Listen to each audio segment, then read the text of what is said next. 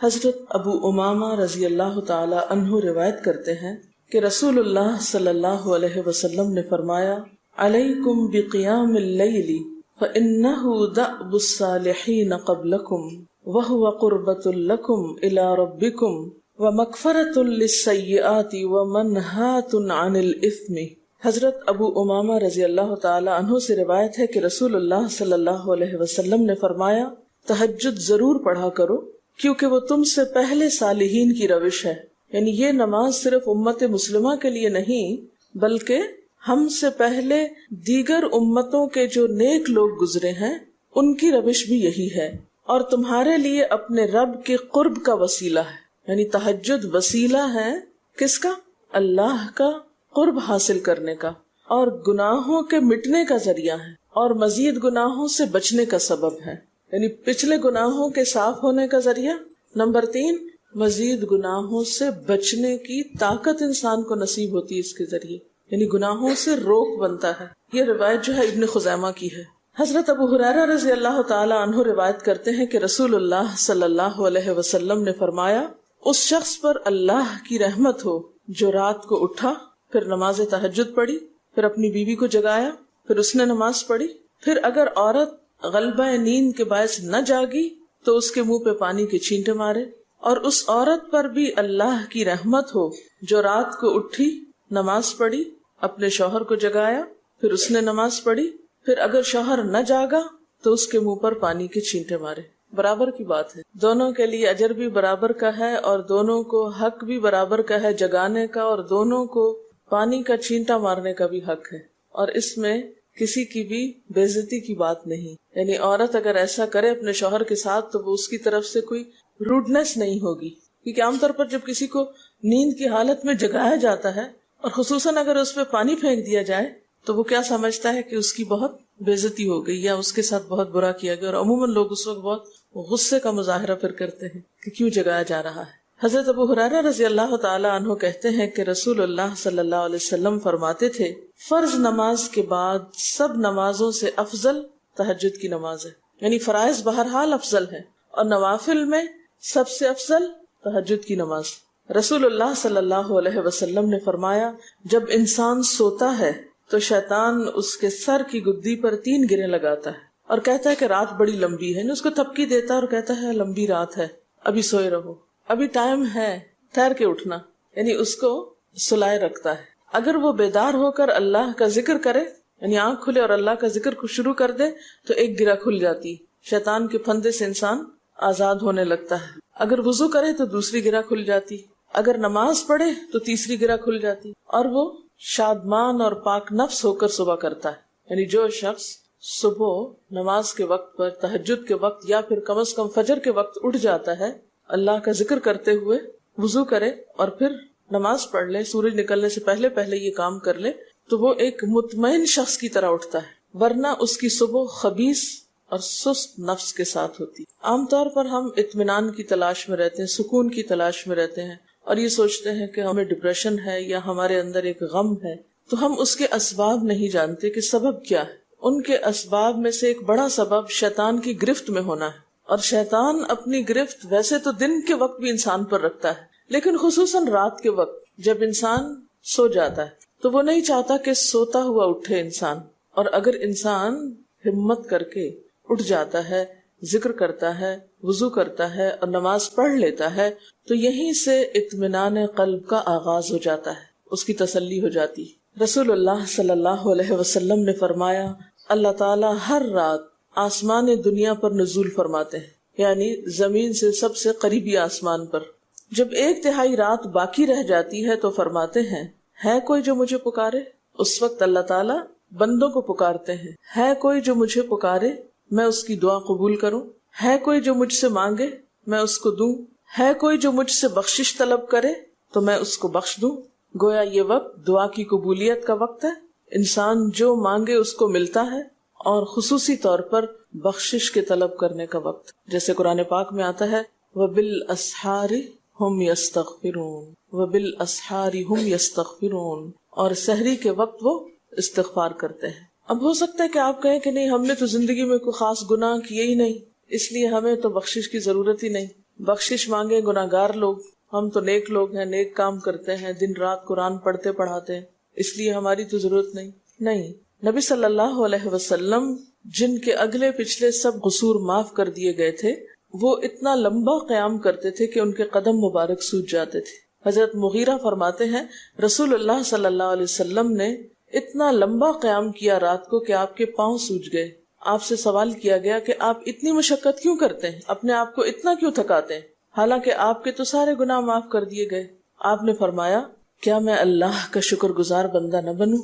یعنی صرف گناہوں کی بخشش ہی نہیں بلکہ نعمتوں پر شکر بھی واجب ہے۔ جہاں ایک طرف گناہوں کی بخشش انسان کے لیے اللہ کے قرب کے راستے ہموار کرتی ہے، وہاں اللہ تعالیٰ کا شکر ادا کرنا بندے کو اللہ کا قرب عطا کرتا ہے۔ اچھا، اب پہلی سنت میں آپ کو بتاؤں گی کہ اگر آپ تہجد کے وقت اٹھے ہیں تو سب سے پہلے آپ کیا پڑھیں گے۔ حضرت عائشہ رضی اللہ تعالیٰ عنہا فرماتی ہیں کہ رسول اللہ صلی اللہ علیہ وسلم جب رات کو تہجد کے لیے اٹھتے تو یہ پڑھتے 10 بار اللہ اکبر، 10 بار الحمدللہ، 10 بار سبحان اللہ و بحمدہ، 10 بار سبحان الملک القدوس، 10 بار استغفر اللہ، 10 بار لا الہ الا اللہ، اور پھر 10 بار اللہم اعوذ بک من ضیق الدنیا و ضیق یوم القیامہ، میں تیری پناہ میں آتا ہوں دنیا کی تنگی سے اور قیامت کے دن کی تنگی سے۔ اللہم اعوذ بک من ضیق ضاد یہ قاف من ضیق الدنیا و ضیق یوم القیامہ، یہ بھی 10 بار۔ اور پھر فرماتے اللہم اغفر لی واہدنی وارزقنی وعافنی، پھر وضو کرتے اور تہجد شروع کرتے، یعنی یہ بھی وضو سے پہلے آپ پڑھ لیتے تھے۔ تو آپ کیا کر سکتے ہیں، جیسے آنکھ کھلی یا بستر پر لیٹے ہیں تو بعض اوقات ایسا ہوتا ہے نا کہ انسان سوچتا ہے اچھا ایک سائڈ پہ سو کے اتنے تھکے ہوئے ہوتے ہیں کہ آپ ایک دم نہیں اٹھ پاتے۔ حالانکہ آپ صلی اللہ علیہ وسلم کے نیند سے بیدار ہونے کا طریقہ کیا تھا کہ جب آپ اٹھتے تھے تو یکدم اٹھتے تھے، سستی کے مارے نہیں کہ کبھی ایک طرف لیٹ گئے پھر دوسری طرف سو گئے پھر دائیں طرف پھر بائیں طرف، نہیں، جب جاگنے کا وقت ہوتا تھا تو آپ فوراً اٹھ جاتے تھے۔ لیکن بسا اوقات ایسا ہوتا ہے کہ انسان تھکا ہوا ہوتا ہے، سائڈ بدل کے دوسری طرف کو ذرا لیٹتا ہے، تو یہ لیٹے لیٹے بھی آپ اذکار پڑھ سکتے ہیں، ٹھیک ہے؟ اور یہ سب آپ کو آتے ہی ہوں گے سوائے ایک وہ ذکر کے اللہم اعوذ بک من ضیق الدنیا و ضیق یوم القیامہ، اور ترتیب آپ یاد کر لیں اپنے بیڈ سائڈ ٹیبل پہ یا بیڈ پہ یا کہیں بھی، یہ نوٹس کسی پین کے ساتھ لکھ کے لگا دیں، چپکا دیں، اور جب یاد ہو جائے تو پھر اتار دیں، جب عادت بن جائے تو ہٹا دیں وہاں سے، ٹھیک ہے نا؟ جتنے دن عادت نہیں بنتی اتنے دن اپنے یادداشت کے لیے رکھ لیں۔ اسی طرح نیند سے اٹھ کر لا الہ الا اللہ وحدہ لا شریک لہ لہ الملک ولہ الحمد وہو علی کل شیء قدیر الحمد للہ وسبحان اللہ واللہ اکبر ولا حول ولا قوۃ الا باللہ، یہ بھی پڑھ سکتے ہیں۔ اچھا، ضروری نہیں کہ سب کچھ ایک ہی دن میں پڑھ لیں، یہ بھی آپ کر سکتے ہیں کہ ایک دن میں ایک چیز پڑھ لیں، دوسرے دن دوسری پڑھ لیں، تیسرے دن تیسری پڑھ لیں، ٹھیک ہے نا؟ اور اگر ساری ایک دن بھی پڑھنا چاہیں، دیکھیں وقت کی بات ہے نا، ہو سکتا ہے اس وقت عمر کے اس حصے میں آپ پہ بہت ذمہ داریاں ہوں، آپ یہ سب کچھ نہ پڑھ سکتے ہوں، لیکن زندگی کا ایک ایسا وقت بھی آتا ہے جب انسان بوڑھا ہو جاتا ہے، جب اس کے اوپر باقی ذمہ داریاں کم ہو جاتی ہیں، پھر نیند بھی کم ہو جاتی ہے، پھر زیادہ عبادت کا موقع ملتا ہے، تو ایسے میں جب انسان کے پاس عبادت کے لیے وقت اور موقع زیادہ ہو تو پھر یہ ساری چیزیں بھی پڑھ لیں، ٹھیک ہے نا؟ پھر اسی طرح یعنی یہ جو روایت ہے کہ جس میں آپ صلی اللہ علیہ وسلم نے فرمایا جو شخص نیند سے جاگے، اور یہ تہجد کے وقت ہی نہیں، اگر فجر کے لیے بھی آپ اٹھ رہے ہیں تو یہ دعا پڑھ سکتے ہیں، لا الہ الا اللہ وحدہ لا شریک لہ، اور پھر الحمدللہ وسبحان اللہ واللہ اکبر ولا حول ولا قوۃ الا باللہ، پھر کہے اللہم اغفر لی، پھر کیا پڑھے اللہم اغفر لی، یا کوئی اور دعا کرے تو قبول ہوگی، اور اگر وضو کر کے نماز پڑھے تو وہ بھی قبول کی جائے گی۔ صبح اٹھتے ہی اللہ کی تعریف، اور آپ کو معلوم ہے کہ یہ جو چوتھا کلمہ ہے نا لا الہ الا اللہ وحدہ، اس کو دعا بھی کہا گیا، حالانکہ اس میں صرف اللہ تعالیٰ کی حمد و ثنا ہے، اور یہ یوم عرفہ کی دعا ہے۔ حدیث میں آتا ہے کہ مجھے اور مجھ سے پہلے انبیاء کو اس دن کی جو بہترین دعا سکھائی گئی یعنی یوم عرفہ کی دعا وہ لا الہ الا اللہ وحدہ لا شریک لہ، حالانکہ اس میں مانگنے کی تو کوئی چیز ہی نہیں، صرف اللہ کی حمد و ثنا ہے۔ جیسے حضرت ایوب علیہ السلام نے کہا تھا انی مسنی الضر وانت ارحم الراحمین، مانگا کچھ نہیں، انت ارحم الراحمین، انت ارحم الراحمین۔ اللہ تعالیٰ کی تعریف کر کے اللہ تعالیٰ کے نام کے ساتھ اس کو اگر انسان پکار لیتا ہے تو یہ بھی اس کے لیے بہت کافی۔ ایک اور روایت میں آتا ہے رسول اللہ صلی اللہ علیہ وسلم جب تہجد کے لیے اٹھتے یعنی آپ ایک مرتبہ اٹھے، یعنی جو صحابی روایت کرتے ہیں، تو آپ نے بیٹھنے کے بعد آسمان کی طرف نظر کر کے سورۃ آل عمران کی آخری 11 آیات 190 سے لے کر 200 تک 11 آیتیں یہ پڑھی، ان فی خلق السماوات سے لے کر بالکل آخر تک. یعنی ضروری نہیں کہ کھڑے ہو کر آپ آسمان کی طرف دیکھیں، آپ اٹھے ہیں، چارپائی پہ بیٹھے ہوئے ہیں، ابھی وضو کے لیے نہیں گئے، بیٹھ کے آسمان کی طرف دیکھ کے پڑھ کے پھر اٹھ سکتے ہیں. اب اس میں آپ دیکھیں نا کہ انسانی نفس کی بھی ایک رعایت ہو جاتی ہے. لیٹے لیٹے آپ نے ایک ذکر پڑھ لیا، بیٹھ کے آپ نے دوسرا پڑھ لیا، پھر آپ وضو کو چلے گئے، تو اس میں وہ جو ایک طبیعت کی کسل مندی ہوتی ہے وہ بھی ساتھ ساتھ اللہ کے ذکر سے دور ہوتی جاتی ہے، اور ایک سٹیپ کے بعد دوسرا سٹیپ لینا بھی آسان ہو جاتا ہے. اچھا، اس میں آپ دیکھیں حکمت کیا ہے کہ آپ صلی اللہ علیہ وسلم نے کیا فرمایا کہ آسمان کی طرف دیکھ کے پڑھا جائے تاکہ اچھی طرح آنکھیں کھل جائیں. تو زبانی یاد کرنے کا مطلب یہ نہیں کہ آپ آنکھیں بند کر کے سوئے سوئے پڑھیں، کیونکہ بعض اوقات ایسا ہوتا ہے نا، آنکھ کھلتی ہے، ذکر شروع کرتے ہیں اور پھر پتہ ہی نہیں چلتا اور ذکر آدھے میں رہ جاتا ہے اور سو چکے ہوتے ہیں. اور پھر اگر آپ کو زبانی یاد نہیں ہوگی نا، دیکھ کے پڑھیں گے تو وہ الماری کی طرف ہی دیکھتے رہیں گے، آسمان کی طرف نہیں دیکھ سکیں گے، تو پھر سنت پوری نہیں ہو سکے گی. اور اسی طرح حضرت ابن عباس روایت کرتے ہیں کہ جب رسول اللہ صلی اللہ علیہ وسلم رات کو تہجد کے لیے کھڑے ہوتے تو اللہ پر تکبیر تحریمہ کے بعد یہ دعا پڑھتے: اللہم لک الحمد انت قیم السماوات والارض ومن فیہن ولک الحمد لک ملک السماوات والارض ومن فیہن ولک الحمد انت نور السماوات والارض ولک الحمد انت ملک السماوات والارض ولک الحمد انت الحق ووعدك الحق ولقاؤك حق وقولك حق والجنة حق والنار حق والنبيون حق ومحمد صلی اللہ علیہ وسلم حق والساعة حق اللهم لك اسلمت وبك آمنت وعليك توكلت وإليك أنبت وبك خاصمت وإليك حاكمت فاغفر لي ما قدمت وما أخرت وما أسررت وما أعلنت أنت المقدم وأنت المؤخر لا الہ الا انت. الہی تیرے ہی لیے ہے ساری تعریف، زمین و آسمان اور جو کچھ ان میں ہے سب کو تو ہی قائم رکھنے والا ہے. تیرے ہی لیے ہے ساری تعریف، زمین و آسمان اور جو کچھ ان میں ہے اس سب کی بادشاہی تیرے ہی لیے ہے. تیرے ہی لیے ہے ساری تعریف، تو ہی روشن کرنے والا ہے زمین و آسمان کو، تیرے ہی لیے ہے ساری تعریف. تو ہی بادشاہ ہے زمین و آسمان کا، تیرے ہی لیے ہے ساری تعریف. تو حق ہے، تیرا وعدہ حق ہے، تیری ملاقات حق ہے، تیرا کلام حق ہے، جنت حق ہے، جہنم حق ہے، تمام انبیاء حق ہیں اور محمد صلی اللہ علیہ وسلم حق ہیں، قیامت حق ہے. الہی میں تیرے سامنے جھک گیا، میں صرف تیرے ساتھ ایمان لایا، میں نے صرف تجھی پر بھروسہ کیا، میں نے صرف تیری طرف رجوع کیا، صرف تیری ہی مدد سے دشمنوں سے جھگڑتا ہوں، میں نے صرف تجھے ہی اپنا حاکم مانا.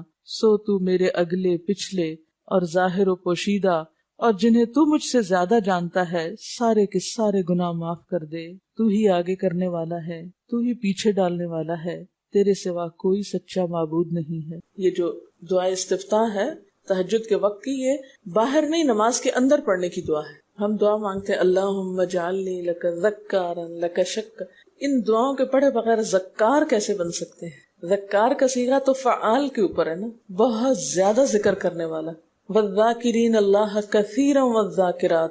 تو ذاکرات کیسے بن سکتے ہیں جب تک کہ یہ دعائیں زبانی نہ آتی ہوں اور اپنے وقت پر نہ پڑھی جاتی ہوں. ویسے بھی ذکر بہت اچھی چیز ہے، لیکن جو مسنون ذکر ہے اور جو نبی صلی اللہ علیہ وسلم کے طریقے کے مطابق ہے، جو اطمینان قلب اور خوشی اس وقت اس کام کو اس طریقے پہ کر کے نصیب ہوتی ہے، وہ اس کے علاوہ نہیں ہوتی. اگرچہ اس سے خوشی ہوتی ہے لیکن اس طرح کی نہیں نصیب ہوتی، اس طرح کا اطمینان نہیں ہوتا. آپ تجربہ کر کے دیکھ لیں، سنت کے مطابق زندگی گزارنا اور اپنی مرضی کے مطابق زندگی گزارنا، یہ دو مختلف لائف سٹائلز ہیں، دو مختلف طریقہ ہے زندگی ہیں. دونوں کا امپیکٹ فرق ہوتا ہے، اثرات فرق ہوتے ہیں. اور یہ نہیں کہ یہ کوئی بہت مشکل عمل ہے، بہت مشکل کوئی نہیں ہے، ہم کر سکتے ہیں. لیکن بات یہ ہے کہ ہم کرنے کی کوشش کریں، ارادہ تو کریں. پہلے تو آپ اپنے آپ سے یہ پوچھیں ارادہ بھی کیا کہ نہیں، کیونکہ اگر ارادہ ہو گیا نا تو کام بھی ہو جائے گا. مشکل یہ ہے کہ ہم جب کوئی ایسا کام سنتے تو پھر سوچتے نہیں ہمارا تو حالات اتنے کٹھن ہیں کہ یہ عمل ہمارے لیے نہیں. ویسے بھی نفل ہے، کوئی بات نہیں، نہ بھی ہو سکا تو کیا ہے، یہی کہہ کے ہم چھوڑ دیتے ہیں چیزوں کو کہ نہیں.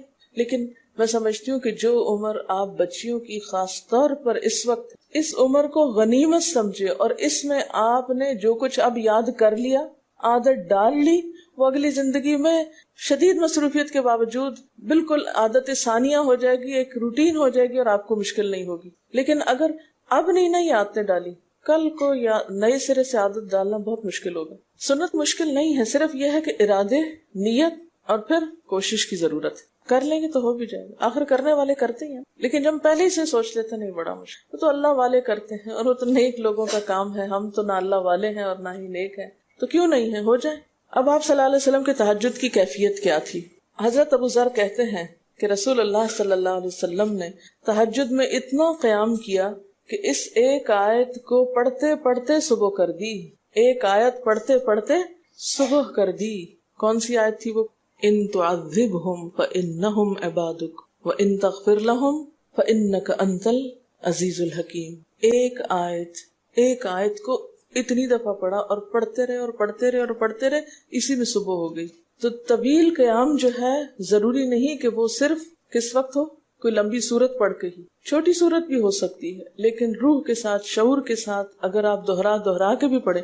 مثال کے طور پہ آپ نے کوئی سورت یاد کر لی ہے اور آپ پڑھنے کھڑے ہوئے ہیں اور آپ کو صحیح طرح آتی نہیں ہے، یا آتی ہے تو اتنی تیز نہیں آتی، بہت رٹی ہوئی نہیں ہے، تو کوئی بات نہیں، ایک آیت کو 2 دفعہ 3 دفعہ بھی آپ اس کو پڑھ سکتے ہیں اور اس طرح بھی پڑھ کے لمبا کر سکتے ہیں. یعنی طویل قیام صرف زیادہ قرات سے ہی نہیں، مختلف طریقوں سے ہو سکتا ہے. یہ آیت ہے سورۃ المائدہ کی 118 نمبر آیت ہے. اگر تو انہیں عذاب دے تو وہ تیرے بندے ہیں، اور اگر تو انہیں معاف کر دے تو یقیناً تو غالب اور حکمت والا ہے. حضرت حذیفہ رضی اللہ تعالی عنہ نے نبی صلی اللہ علیہ وسلم کو تہجد پڑھتے دیکھا. وہ کہتے ہیں سورۃ فاتحہ کے بعد آپ نے سورۃ بقرہ پڑھی، پھر رکوع کیا. آپ کا رکوع آپ کے قیام کی مانند تھا. ہماری تو کمر نہ ٹوٹ جائے. کر کے تو ذرا دیکھیں. میں نے زندگی میں پہلی دفعہ رمضان میں طویل رکوع اور سجدے کا موقع ملا. اس سے پہلے تو اس طرح کا سچ پوچھے کانسیپٹ بھی کوئی نہیں تھا، کیونکہ بہت سی چیزیں جب ہم پڑھتے ہیں تو ہم کہتے ہیں ہاں یہ نبی صلی اللہ علیہ وسلم کے لیے ہے، یہ تو آپ کی شان ہے اور آپ کا مقام ہے. ہم تو عام کمزور بندے ہیں. اصل میں ہم کمزور کیوں ہیں؟ اس لیے کہ ہم نے اپنی انرجیز بیکار باتوں میں بہت لگا رکھی، بیکار غم پالے ہوئے ہیں، بیکار مشغلے ہیں، بیکار گفتگویں ہیں. انرجی تو لگتی ہے نا. آپ فضول کی باتیں سوچیں تو کیا انرجی نہیں لگے گی؟ آپ لایانی چیزوں پہ کڑنا شروع کر دیں، کیا انرجی نہیں لگے گی؟ لگے گی. تو پھر آپ کے پاس کوئی تعمیری مثبت کام کرنے کے لیے نہ وقت ہے نہ انرجی ہے. پھر اس وقت تک آپ خالی ہو چکے ہوتے ہیں. رات کو دیر تک آپ اگر فضول گپ شپ کرتے رہے تو صبح اٹھے گا کون، اور پھر صبح پڑھے گا کون، اور اگر پڑھے بھی تو کیا پڑھے اس میں. کبھی آپ نے سوچا کہ احادیث کی یہ جو کتابیں ہیں یہ ساری کی ساری صرف آپ کی گفتگو نہیں، آپ کے عمل کا بھی احاطہ کیے ہوئے ہیں، اور ٹوٹل آپ کی گفتگو یہی ہے. اور اگر ہم اپنی گفتگو کو دیکھیں اور ہماری باتوں کی کوئی کتاب تیار ہو، نبی صلی اللہ علیہ وسلم کی عظمت کو پہچانے، ہم اپنی گفتگو کا جائزہ لیں. اگر ہماری گفتگو بھی ریکارڈ ہو کر لوگوں کے پاس جانے لگے، لوگوں تک پہنچنے لگے، ہم عملی نمونہ کیوں نہیں لوگوں کے لیے؟ ہمیں دیکھ کر لوگوں کے عمل کیوں نہیں بدلتے؟ ہماری بات لوگوں پر اثر کیوں نہیں کرتی؟ کبھی سوچا ہم نے؟ صرف اپنی گفتگو کے آئینے میں ہی اپنے آپ کو پہچان لے کہ ہم کہاں ہیں، کون ہیں، کہاں کھڑے ہیں، لوگوں کے بیچ میں کیا باتیں کرتے ہیں، لوگوں کے پیٹھ پیچھے کیا باتیں کرتے ہیں، کہاں کس حال میں کیا کر رہے ہوتے ہیں. ہر شخص اپنے آپ کو خود پہچان سکتا ہے. کیا واقعی ہم اس لائق ہیں کہ کوئی ہم سے کچھ سیکھے؟ صرف اپنی گفتگو کے آئینے میں خود کو پہچانے. بعض اوقات کتنا بیکار بولتے ہیں، کتنا بے مقصد بولتے ہیں، کتنا ضرورت سے زائد بولتے ہیں. اس کا یہ مطلب نہیں کہ مصنوعی خاموشی اپنے اوپر مسلط کر لیں، کیونکہ پھر ہم دوسری ایکسٹریم پہ نکل جاتے ہیں. لیکن بامقصد گفتگو کتنی ہے ہماری باتوں میں جو واقعی فائدہ مند ہو، تو پھر ذرا روک بھی لیا کریں نا اپنے آپ کو. اپنے ساتھ خود ہی محنت کریں گے تو بات بنے گی. سوچیں تو احساس تو کریں. جب کریں گے تو انشاءاللہ کامیابی بھی ہوگی. لیکن پہلی بات تو یہ نا کہ ہم جو کچھ کرتے ہیں نہ اس کا حساب کرتے ہیں، نہ اس کے بارے میں سوچتے ہیں کہ ہم کر کیا رہے ہیں. ہمیں نیکی نہ کرنے کا موقع یا ہمارے نیکی نہ کرنے کا ایک سبب اور ایک بڑی وجہ ہماری انرجیز کا بیکار چیزوں میں استعمال ہونا ہے، فضول کی سیاست میں ملوث ہونا ہے. اپنی ذمہ داریوں کا ہمیں ہوش نہیں ہوتا، دوسروں کے کاموں میں مداخلت خوب سوچتی ہے. خود کیا کر رہے ہیں اس کا کچھ پتہ نہیں، دوسرے کیا کر رہے ہیں اس سے بہت دلچسپی، یا کیا نہیں کر رہے. بہت سے لوگ، بہت سی خواتین کمر درد کی شکایت کرتے ہیں، اور اس کی ایک بڑی وجہ نمبر 1 رکوع کا صحیح پوزیشن پہ نہ ہونا ہے، اور نمبر 2 اس پوزیشن پہ کوئی ایکسرسائز نہیں ہماری ہوتی. یہ بتا رہی ہیں کہ کسی کی کمر میں درد تھا اور ٹھیک نہیں ہوتا تھا کسی چیز سے، تو ڈاکٹر نے ان کو یہ مشورہ کیا کہ طویل رکوع اور طویل سجدے کریں، بیسٹ ایکسرسائز ہے، کر کے تو دیکھیں۔ اور اس میں آپ دیکھیے کہ صحیح پوزیشن پہ لائیں، بالکل اسٹریٹ رکھیں گردن اور کمر کو، پیٹھ اور گردن ایک لائن میں آنی چاہیے۔ بہت سے لوگ یوں ٹیڑھی کرتے، یوں کر کے بس کرتے، یہ غلط پوزیشن ہے، اس سے تو اور بیمار ہو سکتے ہیں۔ کئی لوگ سر پھینک دیتے ہیں نیچے کو، یہ بھی غلط پوزیشن ہے، اس سے بھی کام خراب ہوتا ہے۔ اگر آپ صحیح پوزیشن پہ رکوع لمبا کریں تو یقینی طور پہ کمر درد کا علاج ہے۔ پٹھے مضبوط ہوتے ہیں نا کمر کے، آپ اس کو روک کے رکھے ہوتے ہیں ایک سیدھی لائن میں۔ 2 فیٹ کے درمیان کا فاصلہ بھی بہت معتدل رکھیں، نہ تو بہت قریب رکھیں اور نہ بہت کھلا رکھیں، بالکل معتدل، جس میں آپ آرام سے سکون سے کھڑے ہو سکیں اور آپ کا بیلنس قائم رہے۔ بیلنس کو قائم کرنا بے حد ضروری، ٹھیک ہے۔ حضرت حذیفہ نے نبی صلی اللہ علیہ وسلم کو تہجد پڑھتے دیکھا، وہ کہتے ہیں کہ سورۃ فاتحہ کے بعد آپ نے سورۃ بقرہ پڑھی، پھر رکوع کیا، آپ کا رکوع آپ کے قیام کی مانند تھا، یعنی جتنا لمبا قیام تھا اسی طرح رکوع تھا، پھر آپ نے رکوع سے سر اٹھایا اور کھڑے ہو گئے، اور آپ کا قوما یعنی رکوع کے بعد اٹھنے کا وقت بھی کافی طویل تھا۔ ہم تو بعض اوقات اٹھ کے کھڑے نہیں ہوتے کہ نیچے چلے جاتے ہیں، تو وہ بھی طویل تھا۔ صرف 2 رکعتیں بھی آپ ایسی پڑھ لینا کافی، اگر عام دنوں میں نہ پڑھی جائے تو ویکینڈ پہ پڑھ لیں۔ ہمارا تو ویکینڈ پہ لمبا سونے کا پروگرام ہوتا ہے نا، تو چلے دوبارہ سو جائیں، لیکن ہفتے میں 1 دفعہ کر لیں، اگر روز نہیں بھی کر سکتے 2 دفعہ کر لیں، ٹوائس اے ویک کر لیں۔ پھر آپ کا سجدہ آپ کے قومے کی مانند تھا، یعنی جتنا آپ کھڑے ہوئے تھے اتنا آپ پھر سجدہ کیا۔ آپ دونوں سجدوں کے درمیان اپنے سجدے کی مانند بیٹھے تھے، یعنی 2 سجدوں کے بیچ میں بھی آپ اتنی دیر بیٹھے جتنی دیر آپ نے سجدہ کیا تھا۔ پس آپ نے 4 رکعتوں میں سورۃ بقرہ، آل عمران، نساء اور المائدہ پڑھی۔ ہمیں اگر خود نہیں بھی آتی اور کوئی پڑھانے والا اتنی لمبی 1 دفعہ بھی تراویح کوئی پڑھا دے یا کوئی نفل پڑھا دے تو ہم دوسری دفعہ اس کے پاس نہ پڑھیں۔ تقریباً 7.25 پارے بنتے ہیں، جس کو ایک منزل کہا جاتا ہے۔ ایک دن کے تہجد میں آپ نے اتنا پڑھا، اور یہ تو قرآن کی قرات تھی، لیکن بیچ کے وقفوں میں تسبیحات اور اللہ کی تعریف اور حمد و ثنا اور ذکر، یہ آپ پر بس تھا۔ یہ وہی کر سکتا ہے جس کو واقعی اللہ سے حقیقی محبت ہو، صرف دعوے کی حد تک نہیں۔ میں کہتی ہوں چلے روزانہ نہ صحیح، ہفتے میں 1 بار، ہفتے میں نہیں، مہینے میں 1 بار، مہینے میں نہیں تو سال میں، رمضان میں، کسی موقع پر کچھ تو اللہ سے تعلق آئے، کچھ تو قرب پائیں۔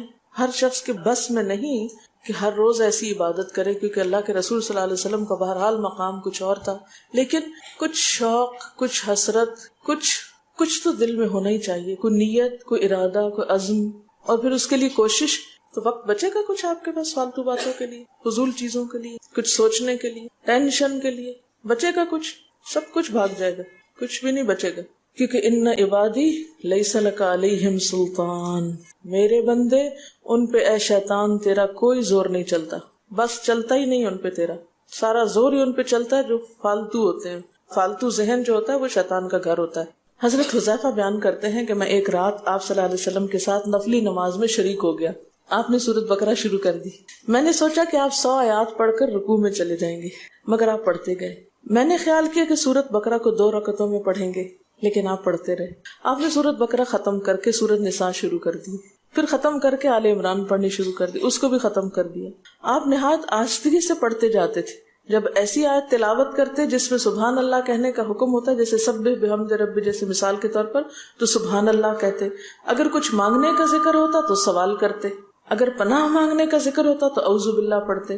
اس حدیث سے یہ بھی پتہ چلتا ہے کہ سورتوں کی ترتیب ضروری نہیں، کیونکہ آپ نے پہلے النساء پڑھی پھر آل عمران پڑھی۔ یہ جو ہر وقت لوگ پیچھا کیے رکھتے ہیں نا، بعض اوقات تو بہت ضد کرتے ہیں کہ آپ نے پہلی رکعت میں یہ پڑھائی تھی تو دوسری میں یہ کیوں پڑھا دی۔ یہ تو سنت میں ملتا ہے کہ پہلی رکعت طویل ہے دوسری کے مقابلے میں، لیکن یہ لازم نہیں کہ جو پہلی میں پڑھے اس کے بعد آگے والی صورتوں میں سے پڑھے، پیچھے والی بھی سے نہیں پڑھ سکتے۔ رسول اللہ صلی اللہ علیہ وسلم نے عبداللہ بن عمرو سے کہا، مجھے بتلایا گیا ہے کہ تم ساری رات نفل پڑھتے اور دن کو روزہ رکھتے ہو، اگر تم ایسا کرو گے تو تمہاری آنکھ کمزور اور طبیعت سست ہو جائے گی، یعنی ہر روز روزہ اور ہر رات جگراتا تمہاری جان اور تمہارے بال بچوں کا بھی تم پر حق ہے، اس لیے روزہ رکھو اور افطار بھی کرو اور رات کو قیام کرو اور سو بھی۔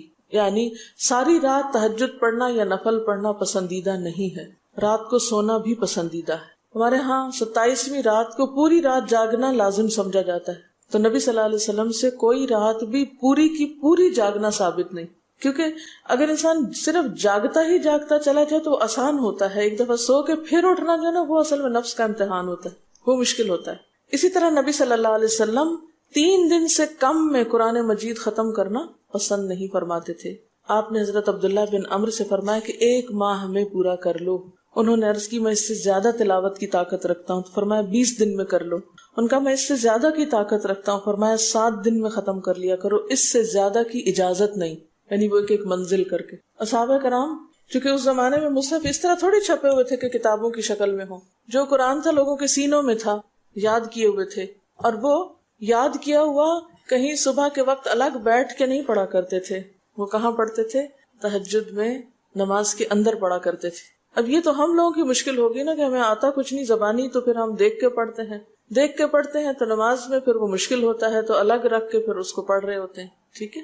لیکن زیادہ بہترین پڑھنا نماز کے اندر کا پڑھنا ہے، اگرچہ دیکھ کے پڑھنے کی اس میں بھی اجازت ہے، لیکن ان کی چونکہ شدید حرص تھی حضرت عبداللہ بن عمرو کی، تو آپ نے ان کو 3 دن کی پھر اجازت دے دی تھی، اور آپ نے فرمایا کہ اس شخص کو قرآن کی کچھ سمجھ نہیں ہو سکتی جو 3 سے بھی کم دن میں قرآن پڑھے۔ نبی صلی اللہ علیہ وسلم نے فرمایا جو شخص رات کے نوافل میں 200 آیات تلاوت کرتا ہے وہ اطاعت گزار مخلص لوگوں میں شمار ہوتا ہے۔